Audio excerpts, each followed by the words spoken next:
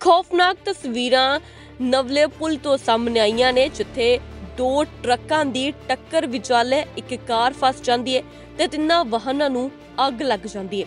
यह अग इन्नी ज़्यादा भयानक हुंदी है ते इन्नी जल्दी लगदी है कि कार दे विच जो 7 लोग मौजूद सन उन्हां नूं मौका ही नहीं मिलदा बाहर आउण दा ते ओह भी इस अग दे विच सड़ के खाक हो जाते हैं। ये तस्वीरां पुणे दे नवले पुल तो ने, जिथे कि इस भयानक हादसे दे विच 8 लोगों की जान चली जाती है, जबकि 14 लोग जख्मी हो गए।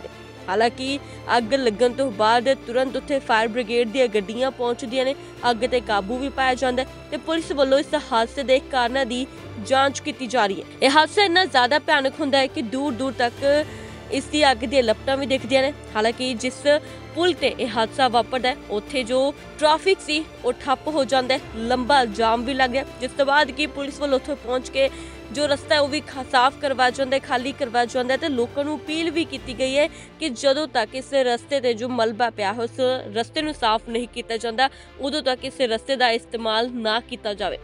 पहला दस्सिया जाता सी कि इस हादसे दे विच 5 लोगों की जान गई है, जबकि हुण 8 लोगों की मौत की पुष्टि हुई है, 14 लोग जख्मी हो गए।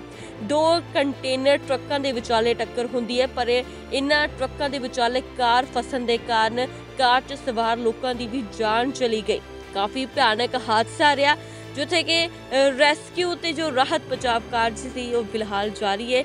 तो उतों रस्ते नूं भी खाली करवाया जा रहा है, पर नाल दी नाल अपील भी की गई लोगों को भी कृपा करके इस रस्ते नूं फिलहाल दे लई इस्तेमाल ना किया जाए। उधरों यह हादसा इन्ना ज़्यादा भयानक सी कि देख के रूह कंब जाती है, जिस तरीके दे नाल दोवां कंटेनर ट्रकों नूं अग लगदी है। अग इन्नी ज़्यादा तेज़ी नाल लगी कि किसी नूं भी बचण दा मौका नहीं मिलिया ते ना सिर्फ इनसे ही जगह बल्कि अग लगन के कारण जो आस पास के वाहन सी उन्हां विचाले भी टक्कर हो जाती है। फिलहाल इस हादसे ते महाराष्ट्र के जो सीएम ने देवेंद्र फडणवीस उन्हां दे वल्लों भी दुख प्रगटाया गया, नाल बाकी होर नेतावां ते अधिकारियों वालों भी दुख जताया गया।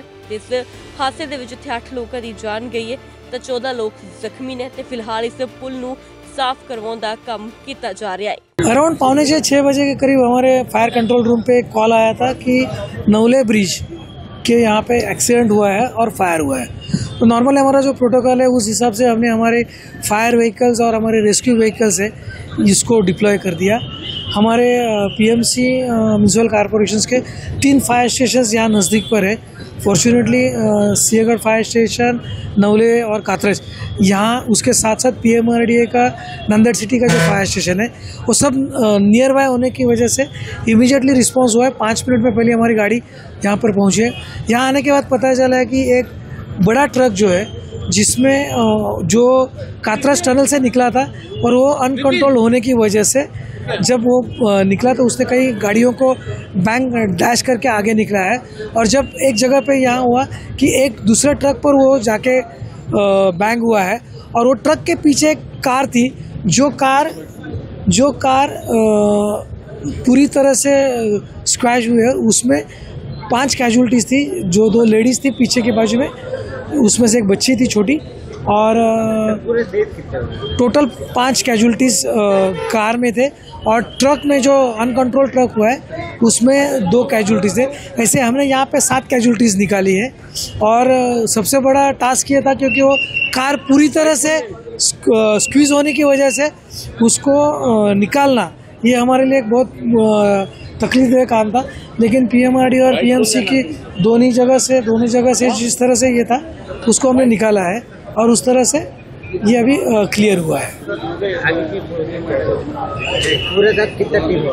हमारे यहाँ करीब फायर डिपार्टमेंट के 50 से 70 लोग हैं और 7 से 8 गाड़ियाँ थी, 2 फायर रेस्क्यू व्हीकल्स थी जिसमें ऑल एडवांस इक्विपमेंट्स है। उसकी वजह से वो कैजुअलिटीज़ निकालने के लिए हमारे लिए बहुत सुविधा हुई और कैजुअलिटीज़ निकाली। अभी हमारी प्रायोरिटी है कि किसी भी तरह से ट्रक को निकाल के ट्रैफिक को mobilization चालू करें। Bridge couple of hours back, a heavy vehicle which had lost control due to reasons which is at present unknown rammed into several vehicles, and one small vehicle got sandwiched between a heavy vehicle which was in the front, leading to fire due to impact. And probably 4 to 5 inmates of this small vehicle have died. A lot of other injured have been shifted in various hospitals in and around this area. We are closely monitoring the situation. Rescue operation is almost over. Now we are trying to decongest and regulate the traffic. Various teams have been put at Sassoon Hospital to pick up the DNA samples and also to do the inquest, and we are trying to expedite the post-mortem. The bodies would be handed over after the DNA profiling is done. We are trying to identify the names of the and identities of the deceased people. Forensic vans and the iBikes are working in large numbers at various places to try and look at it. We are trying to verify the CCTV footages to exactly ascertain what incident took place.